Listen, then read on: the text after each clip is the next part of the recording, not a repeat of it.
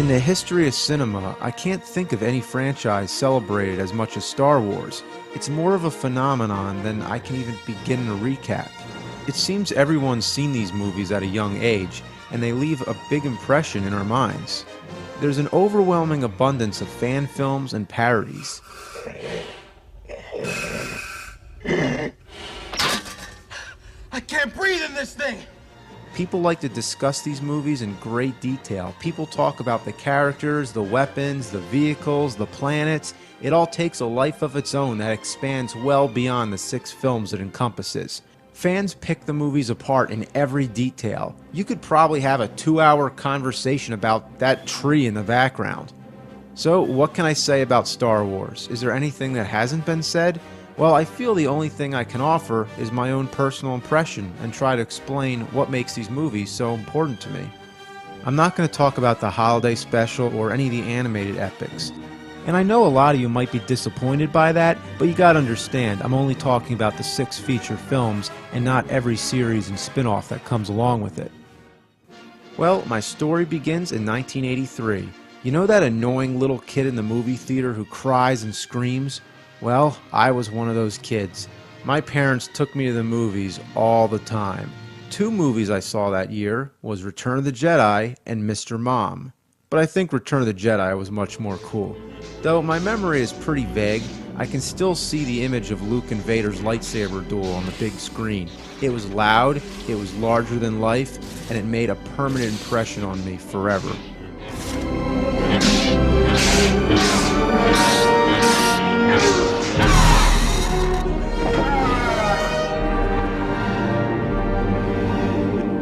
Throughout the 80s, I saw the trilogy on VHS and television many times growing up. I didn't always pay attention to the story. I didn't know why they had to go to the planet Endor. I didn't know why Luke had to find Yoda. At the time, all I cared about was how amazing it was.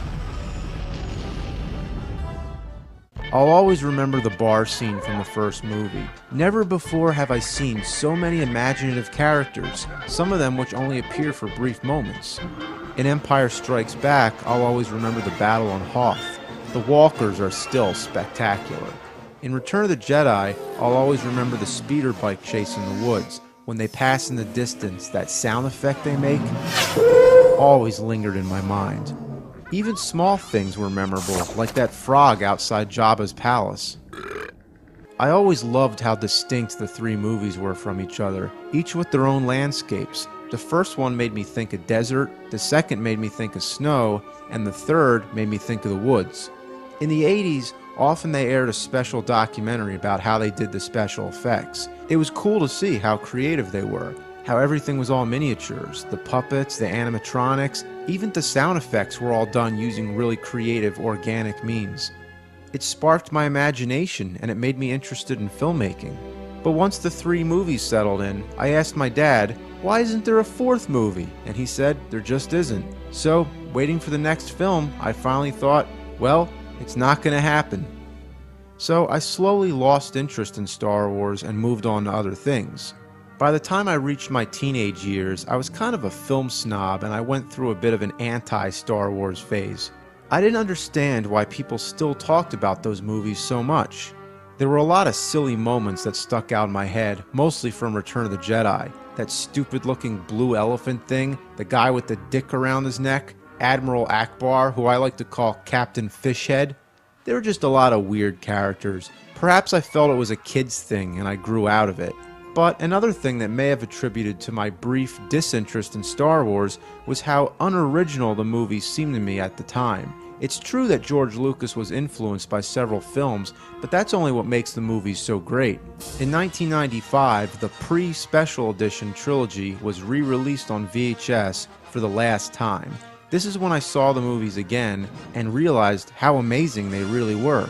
From a more mature perspective, I was able to understand how it paid tribute to movies of the past.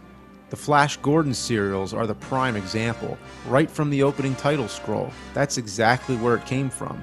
Even Cloud City was from Flash Gordon and all the wipe transitions. And the whole idea of the serial was that it happened in episodes. It was all part of one larger story. Star Wars sort of picked up with the same idea. The way the first movie begins, it puts you right into the action to make you feel that there's a lot of backstory that you missed. That's how it was in the 30s and 40s. You'd go to see a movie, and before the feature presentation, you might see an episode of Flash Gordon. But unless you went to the movies all the time, you were probably going to only see a few episodes. That's how it was.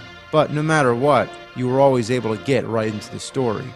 And let's not forget Metropolis, one of the most famous science fiction films of all time.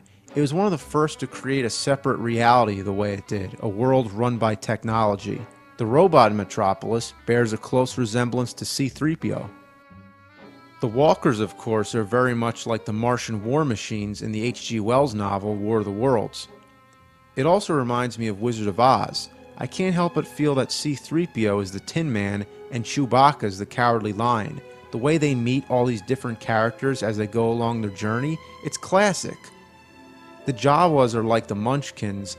The hologram of the Emperor is like the hologram of the Wizard. Yoda and Obi-Wan disappear when they die, so does the Wicked Witch. When they disguise themselves as stormtroopers is like when they disguise themselves as the Witch's soldiers. There's of course many references to the Kurosawa films, most notably The Hidden Fortress. It's about a princess leading a gang of rebels against an evil empire. It tells the story from the point of view of two humble characters, the same way as R2-D2 and C-3PO. We have samurais, whereas in Star Wars, we have Jedis. We can't help but make the connection between lightsabers and swords. The severing of arms is also something you'd see in a samurai film. There's also a lot of references to Western films. The bar scene in Mos Eisley is right out of any given classic Western. The Searchers is one that gets brought up a lot. The scene where Luke's home gets raided and his family burned, that's the same thing that happens in The Searchers.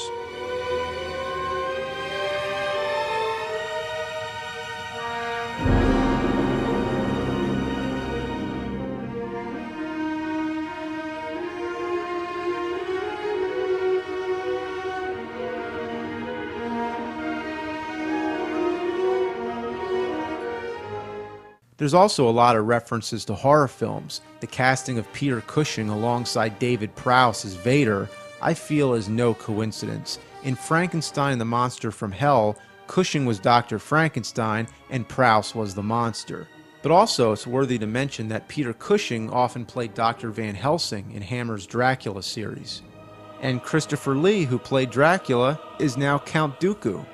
No coincidence. Even Darth Vader rising from the slab is a scene right out of Frankenstein.